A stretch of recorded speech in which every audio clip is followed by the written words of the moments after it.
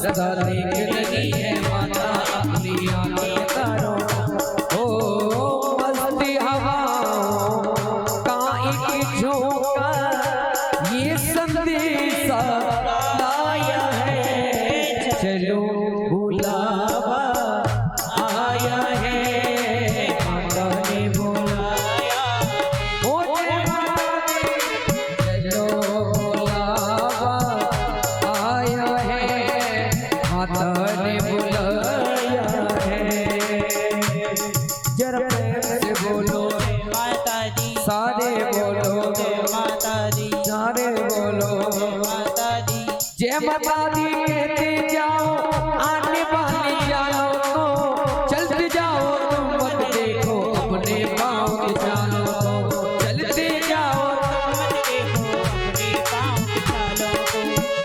जिसने जितना दर्द सहा है उतना चैन भी पाया है। चलो बुलावा आया है, माता दी,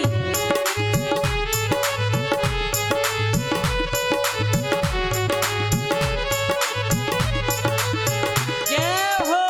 वैष्णो देवी के मंदिर में लोग मुरादें पाते हैं। वो रोते रोते आते हैं, हंसते हंसते जाते हैं। रोते रोते आते हैं, हंसते हंसते जाते वो रोते रोते आते हैं, हंसते हंसते जाते हैं। रोते आते हैं, हंसते हंसते जाते हैं। मैं भी मांग के देखूं इनसे, मैं भी मांग के देखूं इनसे, जो मांगा वो पाया है। चलो बुलावा आया है, माता ने बुलाया है।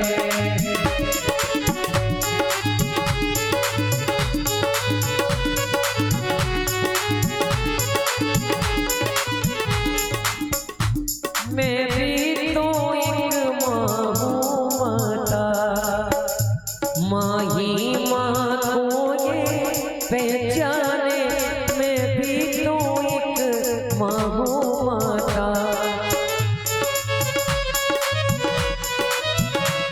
बेटे का दुख क्या होता है और कोई क्या ये जाने। बेटे का दुख क्या होता है,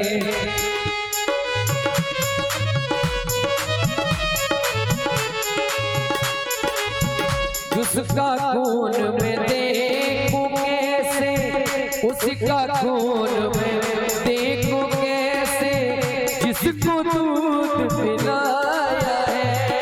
चलो बुलावा आया है, माता ने बुलाया है।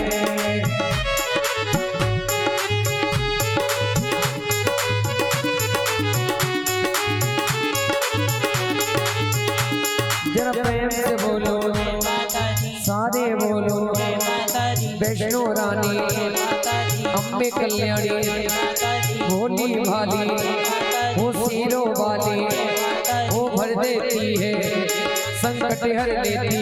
माता दी, चलो बुलावा आया है, माता ने बुलाया है। ओ जय माता दी, चलो बुलावा आया है, बुलाया है। ऊंचे पर्वत पे रानी माँ ने दरबार सजाया है। चलो बुलावा आया है, माता ने बुलाया है। चलो बुलावा आया है, माता ने बुलाया है। चलो बुलावा आया है, माता ने बुलाया है। चलो बुलावा आया है, माता ने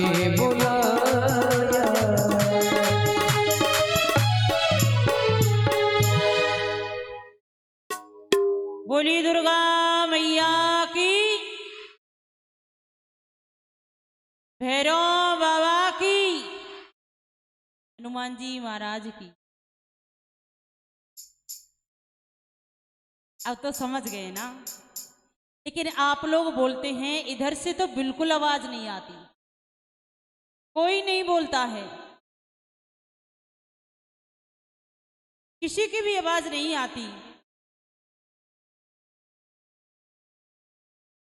बाबाओ, भैयाओ, ऐसा क्यों करते हैं?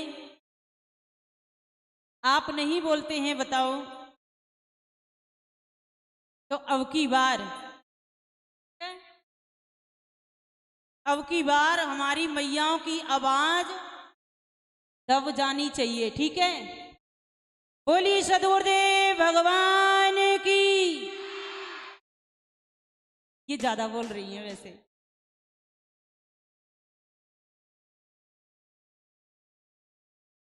बोली भैरव मैया की। ऐसे बोला करो। जाते ये समय पता है, कोरोना काल का समय चल रहा है, जो बीमारी है ना वो जयकारे सुन के ही भाग जाए।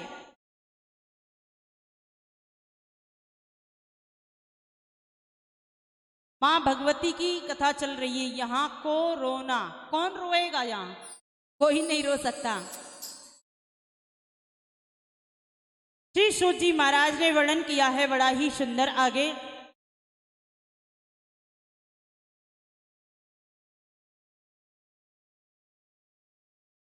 बड़ा ही सुंदर वर्णन किया और कहा है, बोले आपके लिए मैंने ये समस्त प्रसंग श्रवण कराए हैं। हे शौनकादिक ऋषियों, आप ध्यान दे करके इन समस्त प्रसंगों को सुना आपने। देवी के नाम और अक्षरों का उच्चारण करके उस ब्रह्मांड में कैसे सिद्ध प्राप्ति की, यह उपाख्यान आपसे मैं सुनना चाहता हूँ। कौशल देश में देवदत्त नाम का एक श्रेष्ठ ब्राह्मण रहता था। उसके यहाँ कोई संतान नहीं थी। उसने पुत्र प्राप्ति के लिए यज्ञ किया। साम वेद के ज्ञाता गोविल मुनि थे। सत्सुरों में सम्मिलित रथांतर सम को गान करके और बार बार श्वास लेने से गोविल का स्वर भंग हो गया। इस पर देवदत्त को क्रोध आ गया और उन्होंने गोविल से कहा कि तुम बड़े मूर्ख हो। पुत्र प्राप्ति के लिए विविध पूर्वक यज्ञ चल रहा है और इस यज्ञ में तुम स्वर भंग कर रहे हो। ये मुझे बर्दाश्त नहीं होगा।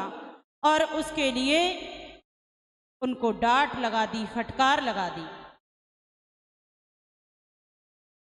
उसके पश्चात मुनि को भी क्रोध आ गया और उन्होंने देवदत्त से कहा, हे महामते, सभी प्राणियों के शरीर में श्वास तो चलता है, इसे रोकना बड़ा कठिन है। ऐसी परिस्थितियों में यदि स्वरभंग हो जाए तो मेरा क्या दोष है। जाओ, इस यज्ञ के बाल स्वरूप तुम जो हो पुत्र उत्पन्न होगा, वह सठ और मूर्ख, धूर्त एवं गूंगा और बहरा होगा। इस प्रकार से और गोविल ऋषि से कहा। महात्मा गोविल का ऐसा वचन सुनकर के देवदत्त बड़ा दुखी हुआ और भयभीत होकर के उन्होंने कहा,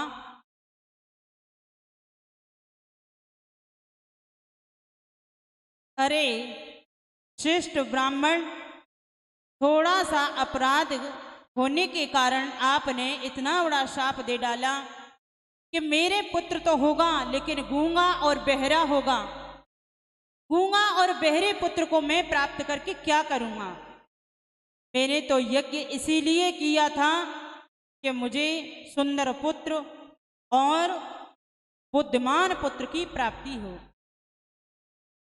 महात्मा गोविल का ऐसा वचन सुन करके देवदत्त बड़ा दुखी हुए, भयभीत हो गए और उन्होंने कहा, बोले अब क्या करें।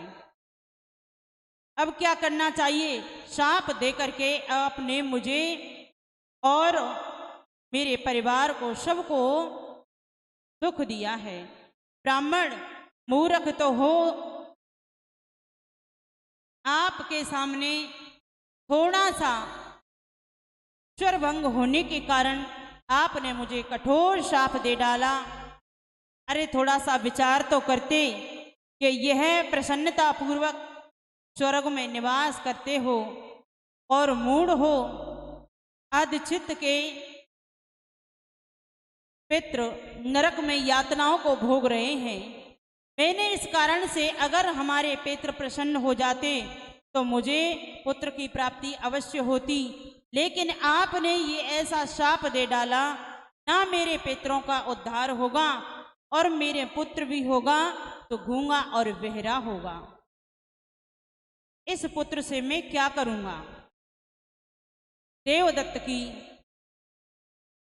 इन ऐसी दुखपूर्ण दिशा को देख करके मुझे क्षमा याचना करना चाहिए, ऐसे शाप से मुक्त करने का उपाय बताना चाहिए।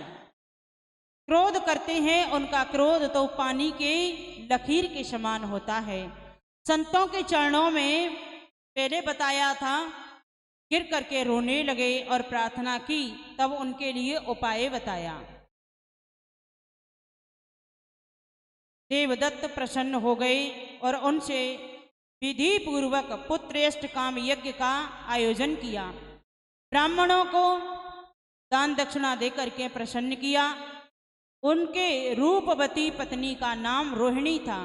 उचित समय आने पर उन्होंने गर्भधारण किया और फिर समय आने पर उन्होंने सुंदर संस्कारवान देवदत्त ने समझा कि मेरा यज्ञ सफल हो गया। रोहिणी नक्षत्र में रोहिणी ने सुंदर से पुत्र को जन्म दिया। उचित समय पर उसका नामकरण संस्कार भी किया। देवदत्त ने अपने पुत्र का नाम उत्थाय रख दिया। 8 वर्ष में उनका उपनयन संस्कार किया गया। उत्थाय को गुरु वेद पढ़ाने के लिए लगे, किंतु वह अपने मुख से एक शब्द भी नहीं उच्चारण कर सकता था। वह तो एकदम मूढ़ के समान चुपचाप बैठा रहता था। पिता ने उसे पढ़ाने का बहुत प्रयत्न किया, किंतु उनकी बुद्धि में कोई भी शब्द नहीं उतरता। प्रयास तो बहुत करते हैं, लेकिन एक भी शब्द उनकी बुद्धि में नहीं बैठता। उनको क्रोध आया। प्रयत्न तो बहुत किया, क्रोध आया और फिर वहाँ उनके सामने खड़ा होकर के और उनसे कहा, बोले आपको जो उचित लगे और वो आप मेरे सामने कह सकते हैं, लेकिन बोलने का प्रयास कर रहे हैं, ठीक से नहीं बोल पाते। उनके लिए संध्या वंदन रटाई,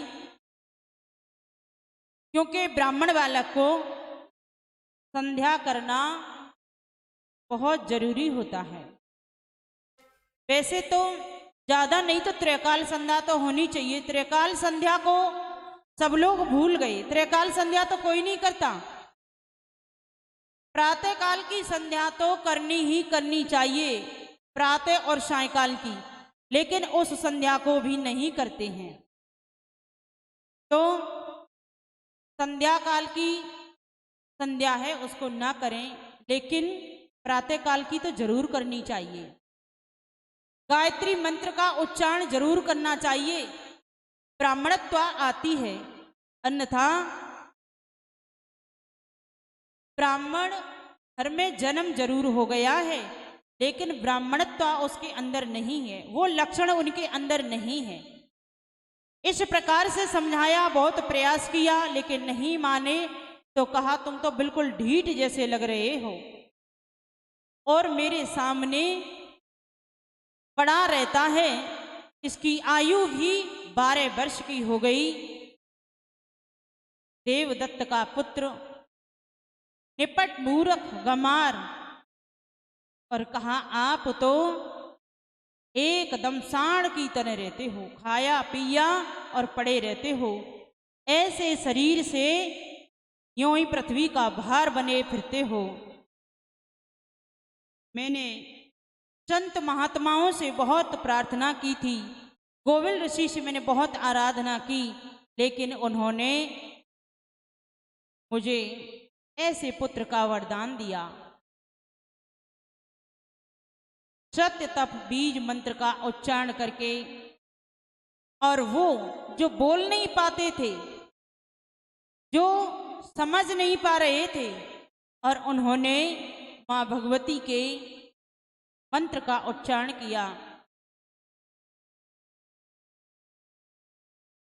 ओम ऐं ह्रीं क्लीं चामुंडा ये विच्चे, इस मंत्र का जाप किया तो उससे वो कवि हो गए कि जिस पर भगवती की कृपा हो जाए, भगवान की कृपा हो जाए, तो गूंगा बोलने लग जाता है, लंगड़ा भी दौड़ने लग जाता है, जिस पर कृपा हो तो। और माँ की कृपा तो होती है, ऐसी बात नहीं है।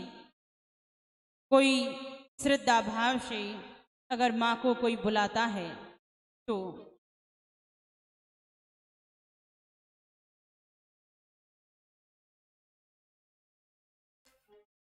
एक बार माँ आ जाओ, एक बार माँ आ जाओ, फिर आके चली जाना। एक बार माँ आ जाओ, फिर आके चली जाना। एक बार माँ आ जाओ, फिर आके चली जाना।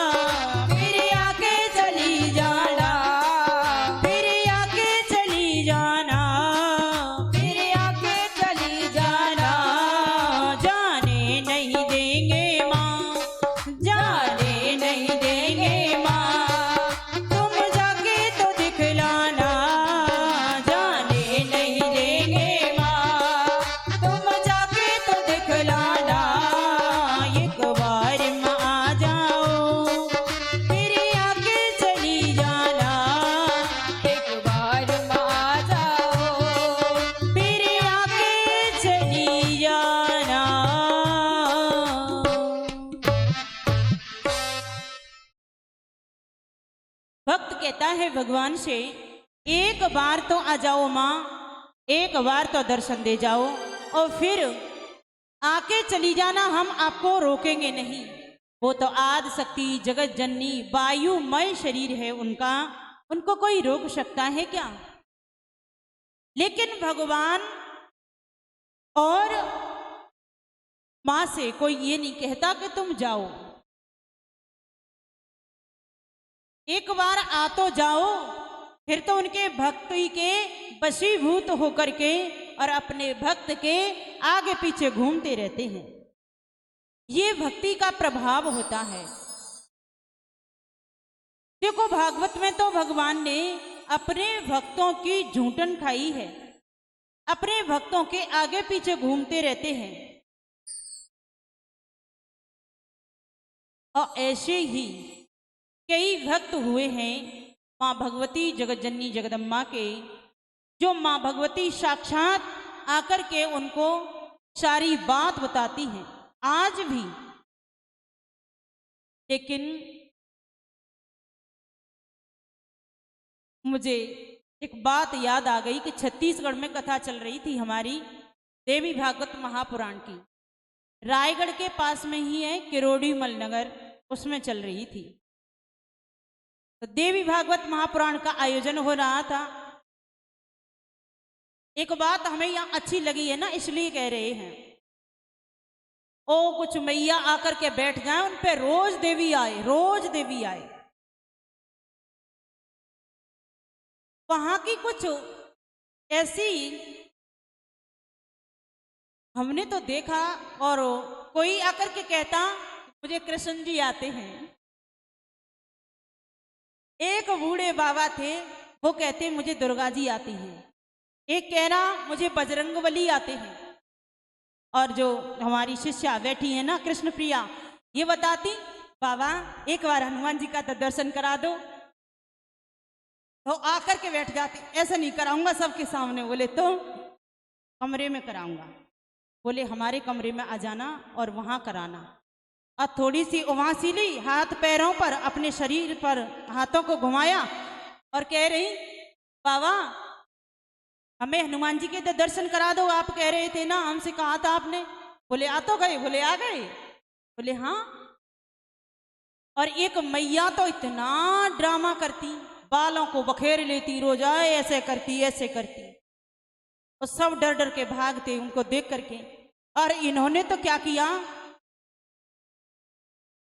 जो बगल में हमारे बैठी हैं कृष्ण प्रिया, इन्होंने क्या किया, गुरुजी इनसे बोल देना रोज रोज सामने मेरी बगल में ही ये करती हैं, इन पे देवी आती है, मुझे बहुत डर लगता है। अब रोज कहें लेकिन वो क्या माने, उनका तो रोज का काम था। एक दिन क्या किया कि जैसे ही उन पे आने लगी देवी, और वहां से खड़ी होकर के मंच पर बैठ गई आराम से। बोले मैं बैठूंगी यहाँ आपके पास, भूत प्रेतों से मुझे बहुत डर लगता है। तो भूत थोड़ी है। बोले भूत ही है, दुर्गा होती है ना तो वो कभी नहीं आती ऐसे। देखो सत्य बात तो ये है, माँ भगवती की अपार शक्ति है, कभी इस दूषित शरीर में नहीं आती। उनका तेज तो ऐसा है कि जो हमारा शरीर है ना ये फट जाएगा, लेकिन दुर्गा नहीं आ सकती। आती हैं तो उनकी भी उम्र होती है, 10 साल तक की बच्ची होगी उस पे आ सकती है, या फिर 70 साल की बुढ़िया होगी उस पे आ सकती है। कहीं इनमें से हमारी मैया ये ना कह दे कि वहां कथा में सुन के आए हैं कि 70 साल की बातें हैं तो आज तो हम मैया बुला ले में, ऐसा मत कर देना। हर किसी पे नहीं आती। और वो भी कौन आता है पता है, देवी की जो 64 योगिनी होती है ना साथ में रहती हैं, उनका प्रभाव जरूर हो जाता है। लेकिन वो जगत जननी जगदम्बा माँ भवानी इस गंदे संदे शरीर में, मांस मज्जाओं का ये शरीर है, इसमें आएंगी। उनका दिव्य शरीर है, लेकिन जैसी उनकी भावनाएं थी, हमें बड़ा अजीब लगता हुआ किसी पे ठाकुर जी आते हैं, किसी पे हनुमान जी आते हैं, किसी पे दुर्गा आती है। यहाँ तो नहीं किसी पे कोई देवता आता, हमने तो नहीं देखा है। वैसे 2 दिन से 3 दिन हो गए आज। यहाँ तो किसी पे कोई देवी देवता नहीं आता। और अच्छा है, बताएं, जो पहले तो कर देती हैं कि देवी आ रही, भाव आता है, भाव उमड़ता है ना, तो शरीर रोमांचक जरूर हो जाता है, रोमावली हो जाती है, अश्रुपात होने लगता है। लेकिन ऐसा नहीं कि दुर्गा आ जाए, वहां सभी पर आए ना, कृपा दृष्टि बनाए रखें। हम तो यही मां भगवती से प्रार्थना करते हैं, बस उनकी कृपा ही बनी रहे और कुछ नहीं चाहिए। ऐसा नहीं कि शरीर में आकर के हिलें, ऐसा कभी ना हो।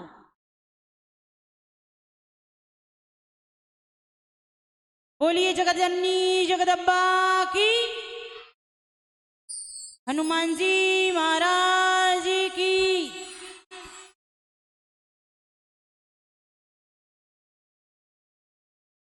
श्री सूत जी महाराज ने समस्त प्रसंगों को श्रवण कराया और जो उनका पुत्र था गूंगा और बहरा, वो भी बोलने लग गया। वेद पूरे उसको कंठस्थ हो गए। मां भगवती की ऐसी कृपा हुई।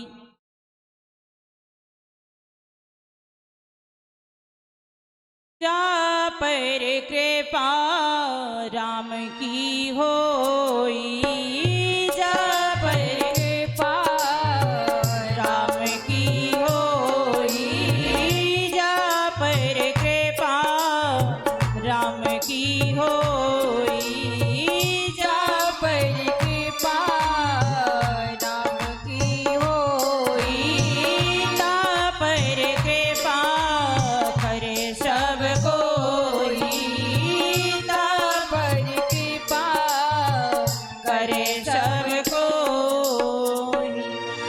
जिस पर भगवान की कृपा हो जाती है ना, तो फिर सब कृपा करते हैं। जिस पर माँ की कृपा हो जाए, जिस पर ठाकुर जी की कृपा हो जाए, बस उस पर फिर सभी अपनी अपनी कृपा उड़ेलते रहते हैं, बरसाते रहते हैं।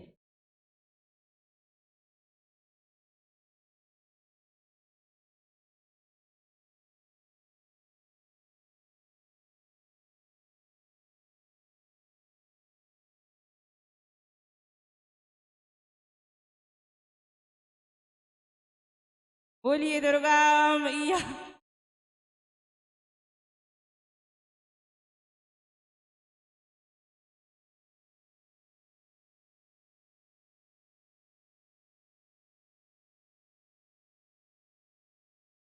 हनुमान जी महाराज की। आप सोच रहे होंगे किस पे हंसी आ रही है। जो हमारे भैया है ना, अलाउंस करते हैं, एक बच्चे के झापड़ जड़ दिया उसके गाल पे।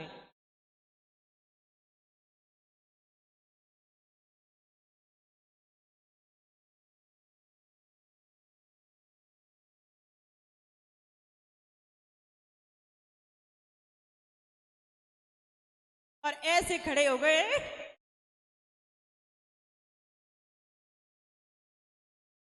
मानो इन्होंने कुछ किया ही ना हो।